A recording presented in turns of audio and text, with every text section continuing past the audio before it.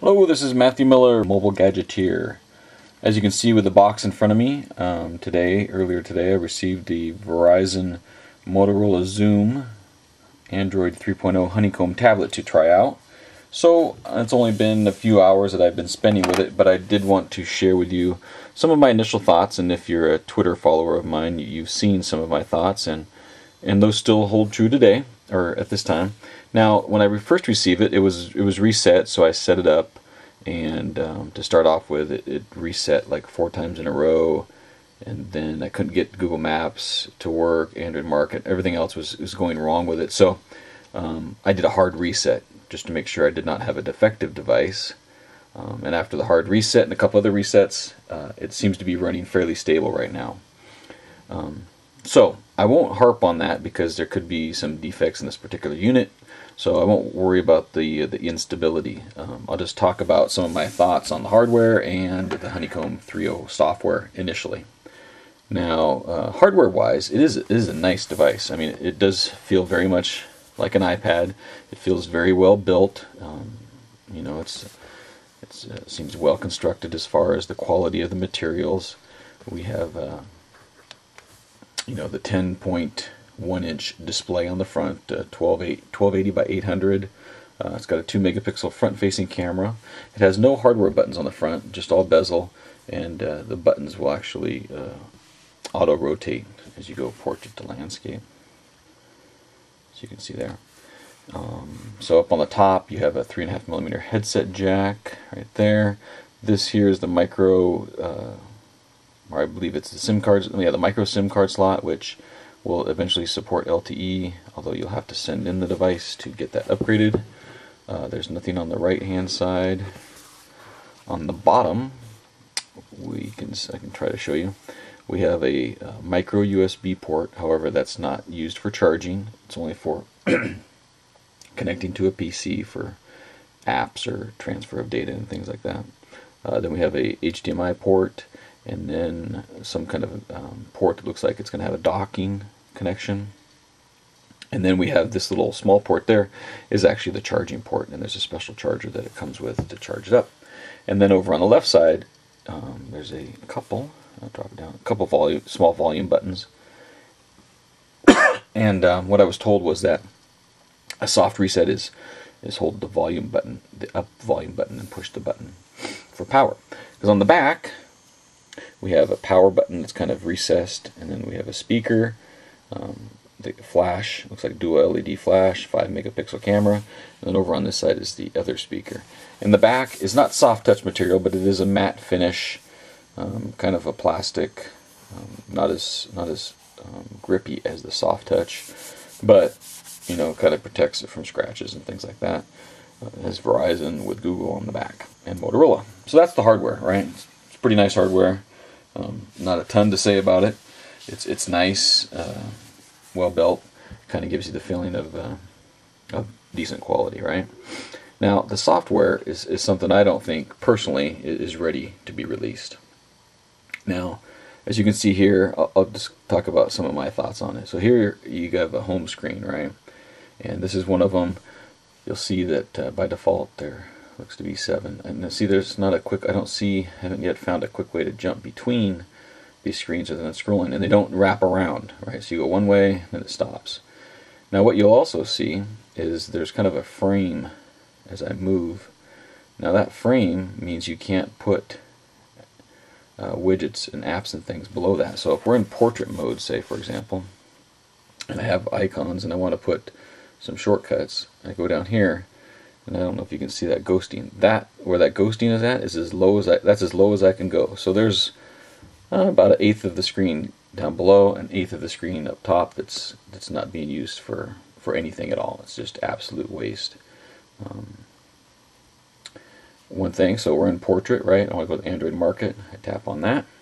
Android Market currently is only in landscape, and I know from my experiences with my iPad and my Samsung Galaxy Tab, I actually use portrait more than I do landscape, so I wasn't really happy about that.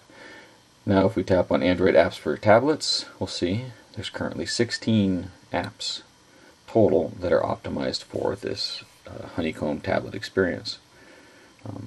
It's not very good. 16 apps. And then I wanted to kind of show you what we heard from Google, right?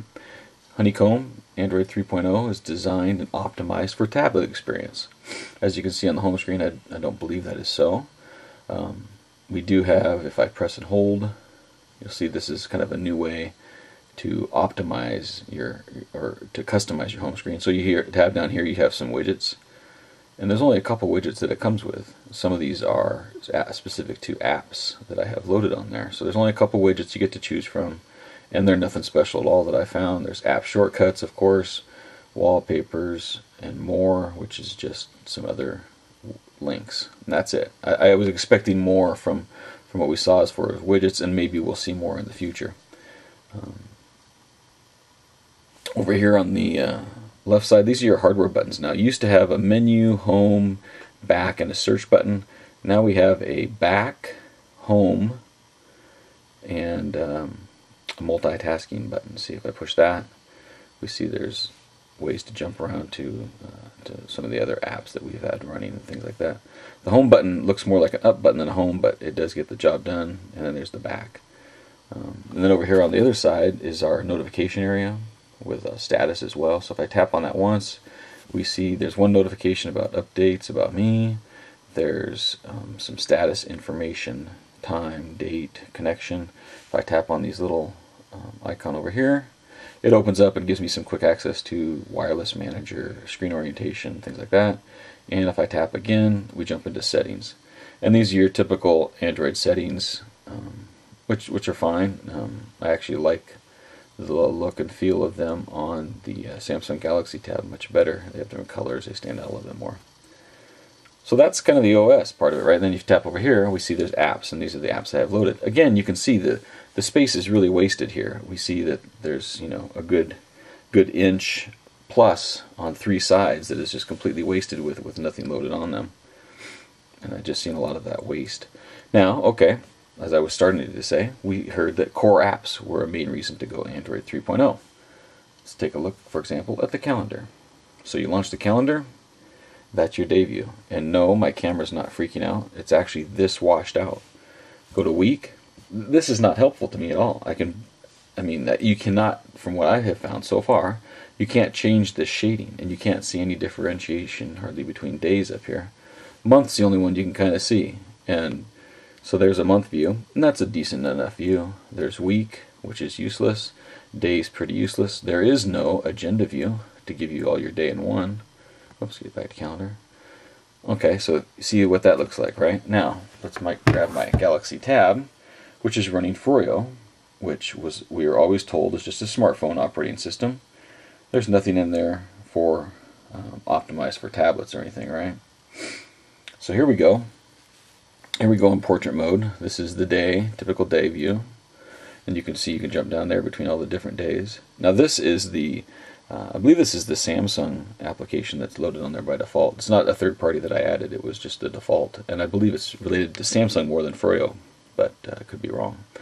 Tap on week. So there's a valuable week. Nice, and then at the bottom we can jump, whoops. At the bottom we can quickly jump between all of the other weeks. Go to month view. This is a really nice month view. It actually has a month view, and then it has a agenda view for the specific day that I tap on, right? Tap on that day, I see the agenda view. Very, very helpful calendar. We also have list, which is your agenda view, right? It just lists out what you have going on. Pop it over here into a landscape mode, you have the same kind of experience, right? This is a wonderful calendar, and this is on a device that is a smartphone optimized device, not a tablet optimized. I think not. So calendar, not very happy about. Contacts is the same as it is on the Android device, or on the Froyo device. Let's see, what are the core apps? Email, about the same, nothing special. The one thing that, this is Google Maps. It's bigger. It does have some 3D support for those areas that support it. Again, that's it. It's just, nothing super special. Gmail is very good. Kind of go to Gmail, and you can see here. There's the Gmail in landscape. Pop it into portrait mode, and it's not quite as helpful, right? Because we just have a single Gmail. We go to the account. There we go. We can see.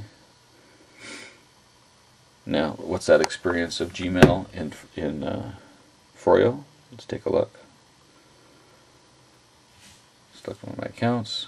So here's Gmail in Froyo. As you can see, yes, it is much more smartphone oriented. It doesn't have like the email over here. Right? It doesn't have the email that you can quickly jump through and things like that. It's a good experience, not as good as the tablet. So for email, I definitely like this view much better.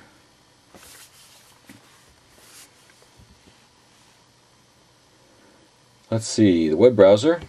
Let's see. It doesn't yet support Flash. Whoops. I meant to go. Forgot the multitasking part here. Where's the web browser? There we go.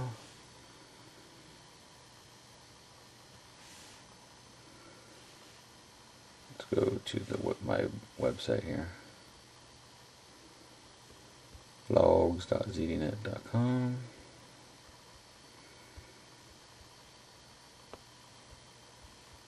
So there's the keyboard. The keyboard is quite wide. I don't see an option for swipe. I'm not sure if swipe is available for it yet.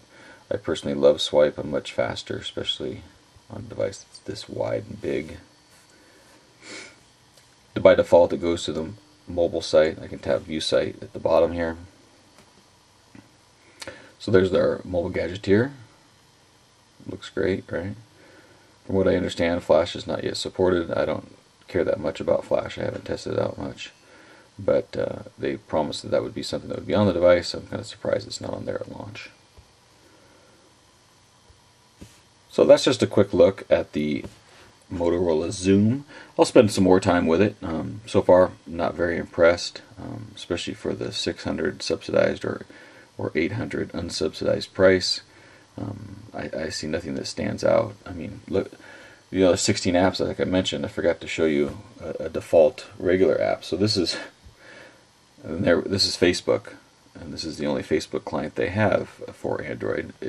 As you can see, the home screen of Facebook doesn't even work in landscape, so we've got to flip the portrait.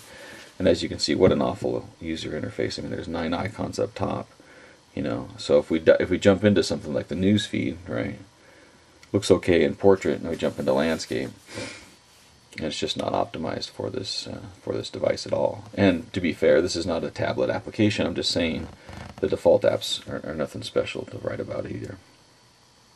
So Gmail's great. Other than that, not too happy with this device, and I see no reason at this time to spend the money on it. But I'll spend some more time with it and take a look. Thanks for watching. You there?